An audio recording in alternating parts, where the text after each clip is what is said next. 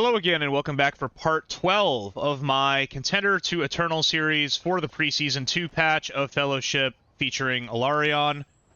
As promised, this video is only going to be about sort of gearing and like the systems when you first hit Eternal for the game. So there won't be any gameplay in this one. If you're interested in that, find a different video. If you're just sort of wondering, hey, I just hit Eternal, what do I do? How do I make good use of my resources? Maybe this will help you out. Take everything that I say, I guess, with a heaping grain of salt. It's possible I could get something wrong. It's possible something has changed that I don't know about. But for the most part, this has been my experience playing through the Preseason 1 patch, and it doesn't look like, to me, that they changed any of the systems that I'll be talking about in here. Additionally, this is not going to be sort of a guide of like what is the best everything for Elarion, because the patch is kind of fresh and I don't really know. Generally speaking, for Elarion or any other character that you might be playing, there is a site called Fellowship Logs where they keep logs for the game. What you want to probably do to get the best idea of what's going to be best for your character is to go on there and look for sort of some of the highest ranked players of your character. You don't necessarily just want to look at any one player, because sometimes people are doing strange things. Sometimes people are, you might look at like the #1 ranked player. That player might be just testing out a build. It might not be the best build. It might just be what they're wearing at the moment. They also might be changing their talents or some of their gear or something like that based on a particular dungeon or a particular goal that they have in mind. So you want to look at, multiple different players to try to get a feel of what are the best probably gems, what is the best weapon, what is the best gear, etc., etc., etc. And that's kind of how, at least I would go about figuring that sort of stuff out. And again, it is early in the patch, so, I don't know. Do people know definitively what's best yet? Maybe. I'm a little bit skeptical of that. In general, I might wait a couple days or give it a little bit of time before you fully commit to anything if it's going to be a big investment. But long story short, here's what happens when you hit Eternal. So, first of all, any Eternal dungeon that you do and complete has a chance basically to drop best in slot gear. There are only 2 item levels that ever drop in Eternal. So the higher you go, it's not going to drop higher level items. You either do, I guess, you can get Eternal gear from doing the Sithril's capstone from Paragon, which I guess drops you 255 gear, or any of the Eternal normal dungeons drop only item level 255 gear. If you do the capstone dungeons, once you're in Eternal, so not the Sithril's capstone, but just any of the capstone dungeons once you're in Eternal, those will all drop item level 270 pieces. If you time the dungeon.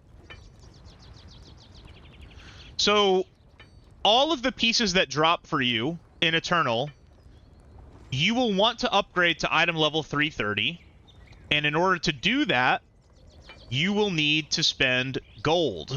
Gold and materia and magic essence, which somewhat seems like they accumulate in a decent ratio such that if you have the gold, you may, be pretty close to having the right amount of materia and magic essence too.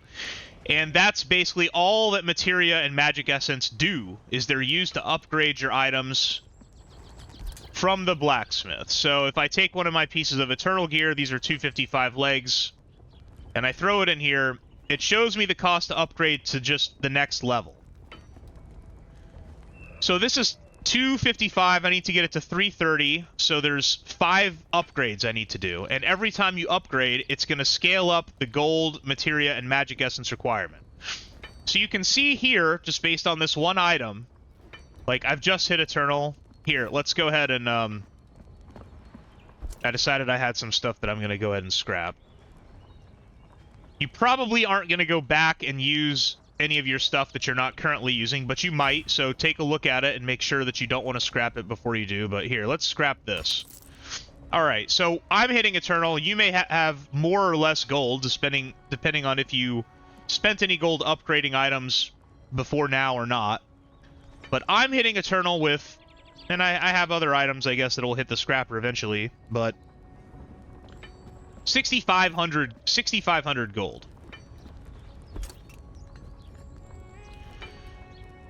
So if I try to upgrade these legs, I mean, you can see here pretty quickly that, I mean...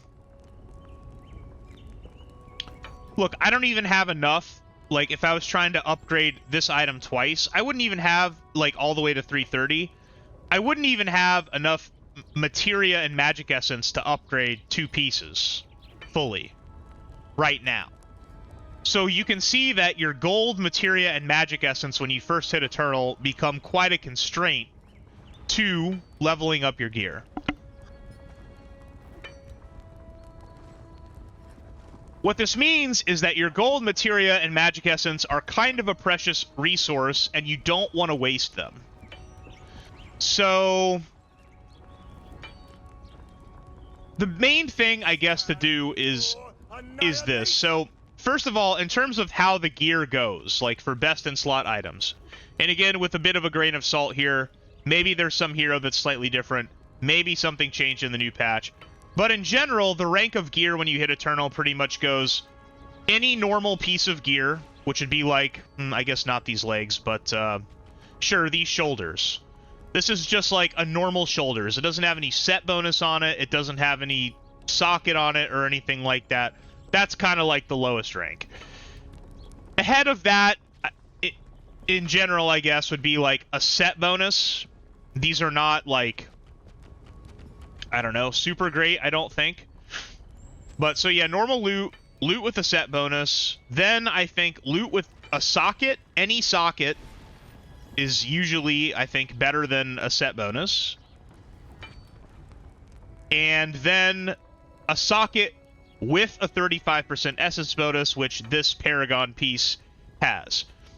The chance to drop an item with an essence bonus is pretty low. It's, like, kind of rare. The more rerolls of items you get, the more dungeons you do, the greater your chance of hitting it will be. I believe there is some effect to, like, the higher Eternal dungeons you do, it increases the drop rate of them a little bit. And in this new patch, we're getting a new material, which you can see over here, the Divine Aether, which is legendary, so I assume it's a pretty low drop rate, but this will allow you to craft a 35% essence bonus socket onto a piece of gear that will take a socket, which means that you cannot put it on your weapon or your relics, or any item that has a set bonus, because items with set bonuses cannot have sockets on them as well. So that is kind of the ranks of gear. So what this means is that when you're going to spend your gold and your magic essence to upgrade an item, you may not want to do that on any item that does not have a socket on it. An item with a socket on it is probably a good choice to upgrade. An item with a socket and a 35% essence bonus is definitely a good choice to upgrade. Now, one caveat there is just that, and again, I'm not 100% confident or sure of this, but pretty sure. When you scrap an item, you only get some of the resources back that you spent in it. But if you re-roll an item using your unstable mithril, which re-rolling means you go over here to this guy, the crafter, you hand him an item. Here's my shoulders. And you can either use, and this is all mithril is for. This is the only use of mithril. Well, not anymore, I guess. Now you can, actually now they've changed it so that you can also use mithril combined with your aethers and godstones to create copies of gems. So mithrils are actually a little bit more valuable. But the main use of mithril early in Eternal is to re-roll pieces. And so if you re-roll an Eternal item that you've invested your gold, materia, and magic essence into to get it up to 330, for example, when you reroll the item, and it won't show it here, but when you re-roll it, it will refund you all of the gold and materials that you put into it. And if it's somehow not all, it's almost all. Minus, of course, the fact that you spent a mithril and minus the cost of gold. So what this means is just that you can and probably should at some point, if you have the gold, go ahead and start upgrading some of your pieces, particularly anything with a socket, I would say, in it, up to the maximum item level. And then if you happen to get a drop that's like, oh, now I have a piece there that has the socket and the essence bonus, or, ooh, I just got a piece that dropped that has the socket and better secondary stats for my character, then you would re-roll the previous piece, not scrap it, using a mithril, and you could get those resources back to then use to upgrade another piece of gear. Because the one thing that you don't want to do here, when gold and materia and magic essence are sort of a scarce resource, is you don't want to invest a bunch of it into an item and then, you know, not get it back. Because it's going to take you a little while to accumulate that gold to be able to upgrade all of your stuff.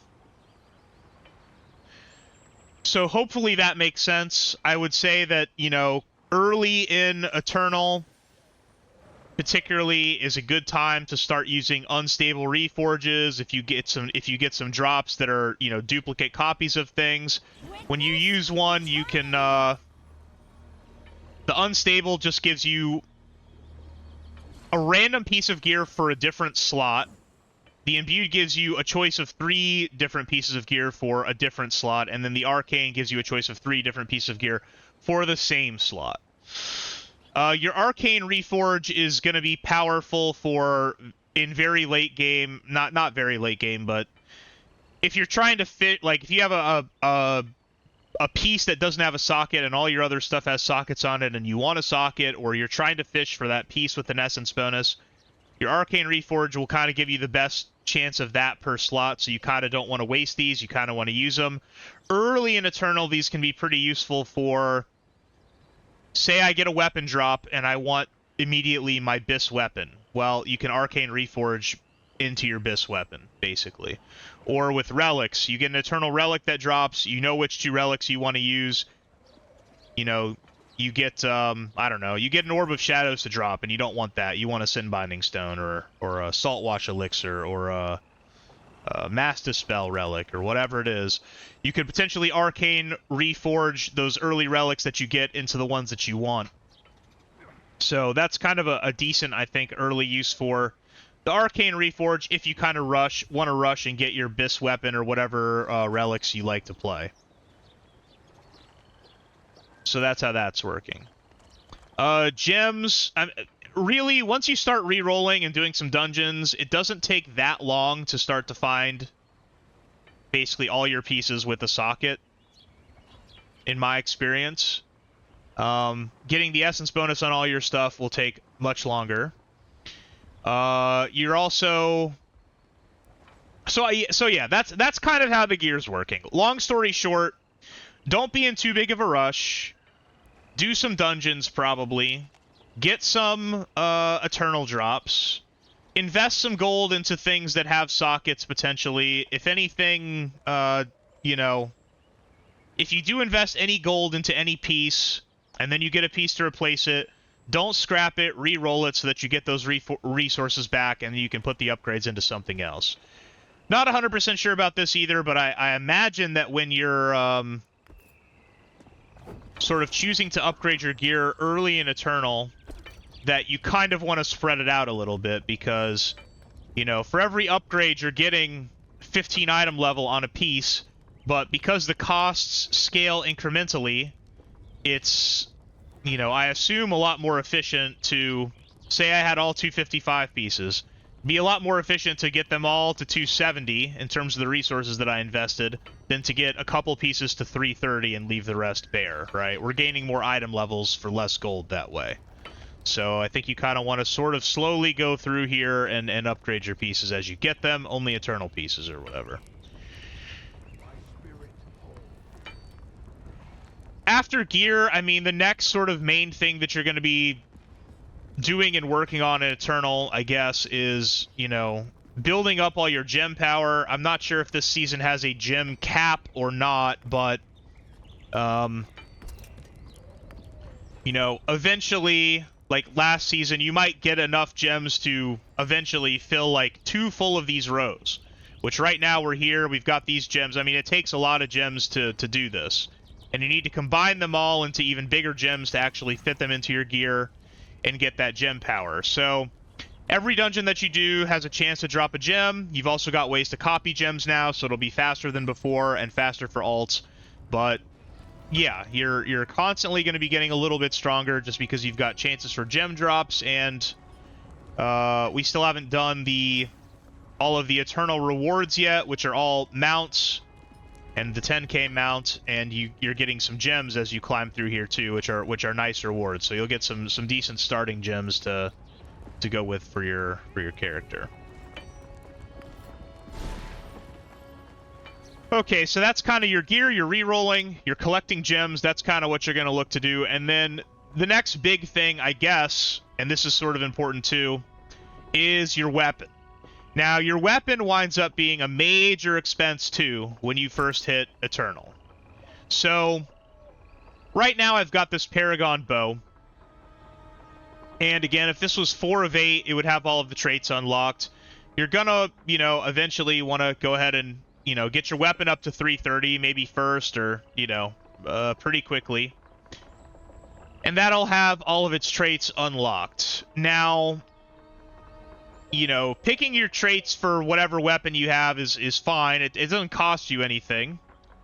But what winds up getting expensive is empowering your traits. So when this is fully... If you have a piece of Eternal gear that's all the way up to 330, I guess. Maybe lower, but you'll level it up to 330 anyway. All of these will not be 1 of 2. They'll be 1 of 4 as far as empowering a particular trait. And, you know, you can just see it here. It shows you, like, here, I'll take this ability, Seized Opportunity. Every 20 critical strikes, you gain 112, 168, 224, or 280 crit rating for 12 seconds. What those different numbers mean are those are for the ranks of empowering it. So at rank 1, which we currently have, we're getting 112. If we were to empower it to rank 2, we'd get 168, rank 3, 224, rank 4, 280, etc. So all of these things have that. And the cost to do that, for 1 rank here, it's 1,000 gold. The next rank costs 2,000 more gold, and then the next rank costs 3,000 more gold, for a total of 6,000 gold per node to upgrade it fully. So if you're going to just take 1 path up the tree, you're going to need 30,000 gold to do that. In addition to all the gold that you need to get all your items up to 330, and in addition to the costs to, whatever, re-roll some items or whatever small amount of gold it takes to do that stuff. So your weapon winds up becoming quite a big investment. And my understanding, at least, is basically just that empowering your weapon traits sort of comes last. You want to get all your items to 330 first, and make sure that you have that going, and that's all done. And then after that, that's when you want to start empowering your weapon. So don't maybe get in a rush to just empower your weapon right away, for a number of reasons.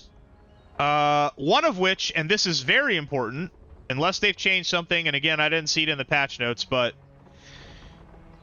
when you empower a weapon trait, okay, what you are purchasing is you are empowering, like, this socket here. So if I wanted to empower this, I'm empowering this socket, and whatever ability happens to fall in this socket is what is empowered. And if I try to re-roll the weapon, or scrap the weapon, or something like that, I don't get, unless they change something again, it doesn't seem like they put anything in the patch notes, I'm not getting any of the gold back that I spent empowering this socket. So if you start empowering your stuff and then it's not the best weapon or whatever, it's very sort of costly to go back. So you really don't want to do that.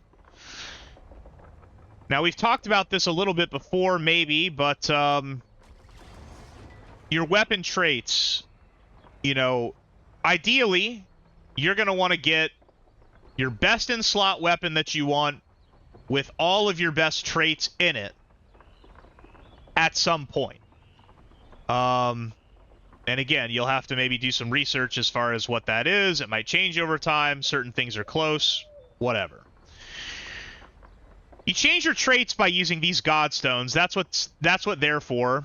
Although, again, now I guess you can potentially use them to, you know, help you copy gems or do something like that in the new patch. But your Defender's Godstone will reroll. There are 6 defensive traits here. It'll reroll these traits.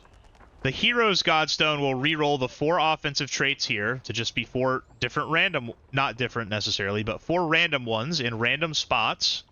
And the Legend's Godstone will reroll these 2 traits. So what this means also is just that before you start empowering any of your sockets, you know, you really want to make sure that your weapon is set up to have a path that's going to get you to whatever you ultimately want on your weapon, probably. The best defensives for you, the best offensive abilities for you, and the best end trait for you. Only then should you probably start investing into that weapon, because otherwise it will maybe never be best in slot. You'll be unhappy with it. You'll have invested, who knows, 30,000 gold into it or some thousands of gold into it, not get it back, and it'll take you longer to do. So, yeah, level up your gear, get a weapon. You know, you can go ahead and upgrade the weapon, and then if a better weapon drops or something like that, you can re-roll it and get those materials back. But don't mess with the empowering of abilities until you're really set with, like, the weapon has what you want on it and you're happy.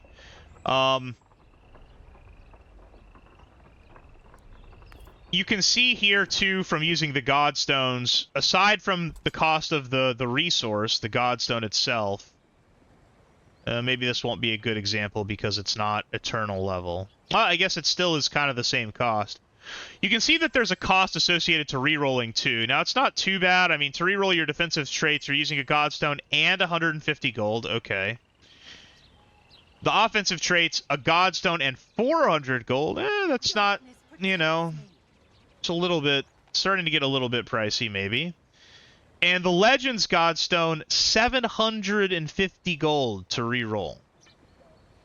So you can imagine that, you know, fiddling around in some sense before you've got all 330 gear with your weapon traits is also kind of expensive. I mean, it's costing you 750 gold per roll. How many rolls are you going to do before you to try to be happy that you got the last in trait of your weapon? I mean, sure, there's a best ability, but it's probably all somewhat close. So, you know, generally speaking, I'd wait until you have more gold and more rerolls to, you know, really start investing a bunch of rolls into a weapon. By the time that you have that much gold, you may have had a couple of other copies of the weapon drop, in which case you can kind of put them in here and look and see which one is the closest to the best traits that you want, so that you have to spend hopefully less rolls into it. And, you know, the other sort of thing that can be a bit of a gamble is, like, you know, what if I get a weapon that's really set up, but it doesn't have my best end trait thing up here, but it's got, like, the second best one, right? Well, okay. Do you wanna spend 750 gold and a resource to roll, and probably you're gonna get something worse than what you already had, and then you're gonna have to roll again and roll again and roll again to try to get something better again? You know, so I would say early in Eternal, just like whatever. Find a weapon, put in the traits the best way that you can. Probably don't spend any resources or gold on it just yet. Be happy with it. Get some more gold, upgrade the rest of your gear. Maybe a few different copies of the same weapon will drop for you. Check out their traits whenever they do. And then finally, once your gear is 330, once you've got a bunch of spare rolls and spare gold and stuff like that, and you've got a weapon that you think is going to be close to what you're looking for, where you're not going to have to spend as many rolls on it. Like, for example, you get a copy of the weapon that's like, oh, this one's already got the 2 defensives that I want lined up. All I need to do now is line up the offensive ones in the end trade or something, you know? That's kind of, I think, what you want to wait for before you start going down the rabbit hole of re-rolling your weapon a bunch of times and all that stuff. And again, I would wait until you get it really set up before you start ever empowering anything, and definitely until after your gear is 330. So that's how the weapon is working. It's a little bit sort of confusing and complicated potentially, but yes, just take your time with it, save it for last. Don't be in a rush to invest a bunch of money into your weapon because you may not like how that works out for you. Oh, let's see. Is there anything else to talk about with Eternal Gearing sort of systems? Okay, so gems we sort of covered. I guess I'm not sure, I mean, as far as like hoarding resources to copy gems or when you should copy gems.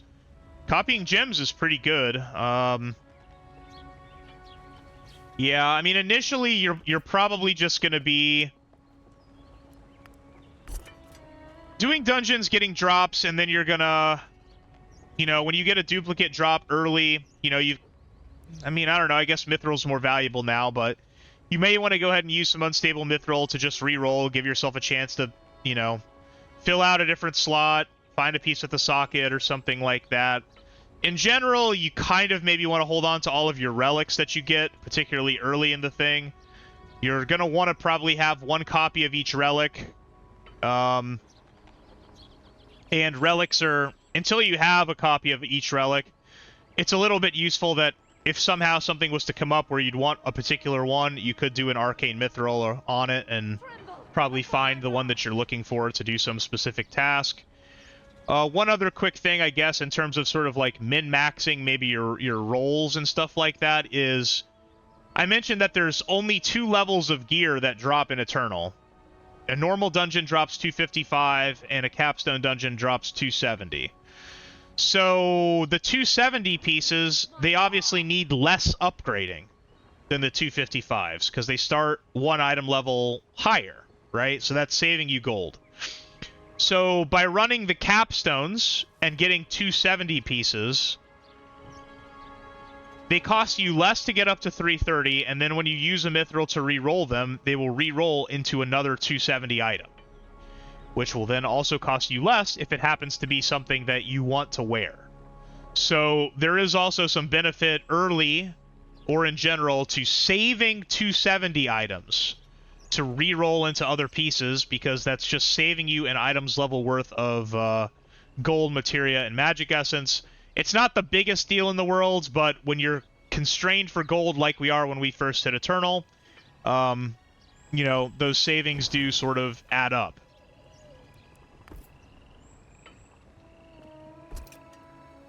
Alright, so equipment reforging, we talked about. Gem fusion, yes, you can fuse your gems, you can change the color of your gems, etc. Attuning, we just talked about. Socket transformation. Bear witness to winter's wrath. Yeah, I guess I'm not sure what the drop rate is on this. Wow, okay, yeah, big cost associated with this too. 2,000 gold. Sure. Eventually, you're going to have probably plenty of gold if you play a lot, but I'm just saying, here at the beginning, yeah, pretty constrained. And of course, when you do these Eternal Dungeons, like, you know, your gear's going to scrap for more gold, materia, and magic essence than anything that you got previously. So you will start accumulating it pretty quick. But yeah, don't be in a rush to scrap your Eternal gear. Hold on to pieces that you think you might want to, that you may want to use, stuff with a socket, stuff that seems close. Any 270 pieces to potentially re-roll into other pieces you may want to hold on to for a while. Plus, who knows, they could change something with the game or something like that, where something's better than it was a minute ago. You never know. So that's all that stuff. And yeah, you'll be using this vendor a good bit. I talked about this before, but so I've got 72 supplies. I could be saving these basically to use for an alt character or to save on a cosmetic. But if you don't care about cosmetics and you don't play about any, plan on playing any alts, and you just want a little bit of gold or whatever, again, this blacksmith supply box, 60 gold, 3 materia, and a magic essence, and it's on a 1-hour cooldown. It costs 12 supplies, so you want to use that when it's up if that's your plan for your supplies. Otherwise, hold on to them. And then this vendor, he sells all of the materials. You can see that the unstable mithrils, particularly if you're just gonna, if you invested into, like, say I took these shoulders right now and I invested them to 330, which they're obviously not this. They're obviously going to be replaced as soon as I get something with the socket or something. But if I wanted to do that for whatever reason, it's fairly cheap, only 5 marks of fellowship to grab an unstable mithril, use the mithril on that item when I'm done with it, and get my resources back. Obviously, the arcane and imbued cost more, the unstable imbued and arcane aethers cost more, and, you know, the godstones and all that stuff. So, yep, you'll be going to this guy a decent bit, too, to get some crafting materials early in your Eternal journey. And, yeah, I guess I think that probably mostly covers what you might want to know, what my thoughts and experiences are with this system. Coloring up your gems, unless it starts to be better, or there's a resource constraint or something, maybe it's better now to use some materials to just copy gems early on in the Eternal experience. I don't really know. But in general, changing the color of your gems to what you want them to be is, like, probably fine to do. You probably mostly want to try to wait until you've got 3 small gems just naturally that occur, to combine them into a larger gem and then change the color when it's a larger gem, so that you only use 1 color change instead of, like, you know, using a bunch of color changes just to get these to line up and etc. Because every time you change the gem's color, it costs a resource. So, yeah, I mean, probably when we get this reward, we get some more gems, we get some more drops. Like you can see, I've got a number of gems that already have 2 copies of them. I can then combine them into larger gems, and then I can change the color to be what I want. You don't necessarily always want to combine your gems either, because these are 120 gem power, so I could put, if I had 3 sockets, I could put them in 3 sockets and I'd have 360 gem power. But if I combine them into a larger gem, it's only 240 gem power. So there is sort of a point here early in Eternal where you may still have some slots where you want to use small gems and not combine yet, and then the effect can be a little bit more pronounced when you get to the these larger gems. You know, making sure that you're doing it in a way that makes sense when it's time to combine into splendid gems. And these massive gems didn't really come into too much use, I don't think, in the previous season, because there was a gem cap, and yeah, I mean, it takes a long time to acquire that many gems. Now that you can make them, I don't know, maybe the flawless gems will be a thing. Seems like they should be. They're in the game. I didn't really see anyone walking around with really any in the previous season, so who knows.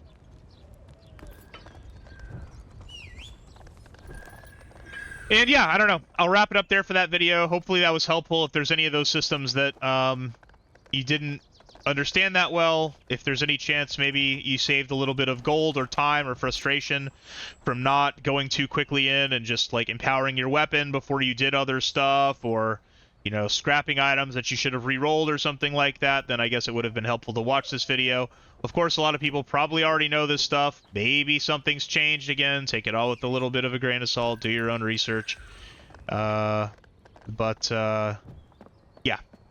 Alright, that's it for this one. In the next video, I guess we'll start our Eternal journey, doing some Eternal dungeons, getting some initial gear and all that sort of stuff, so stay tuned for that if you're interested. And yeah, I mean, I guess, yeah, series complete. We made it to Eternal, right? I guess the next goal will be to, I don't know. I'll probably at least show how to get the 10k mounts, and that'll be fun. So, see you then.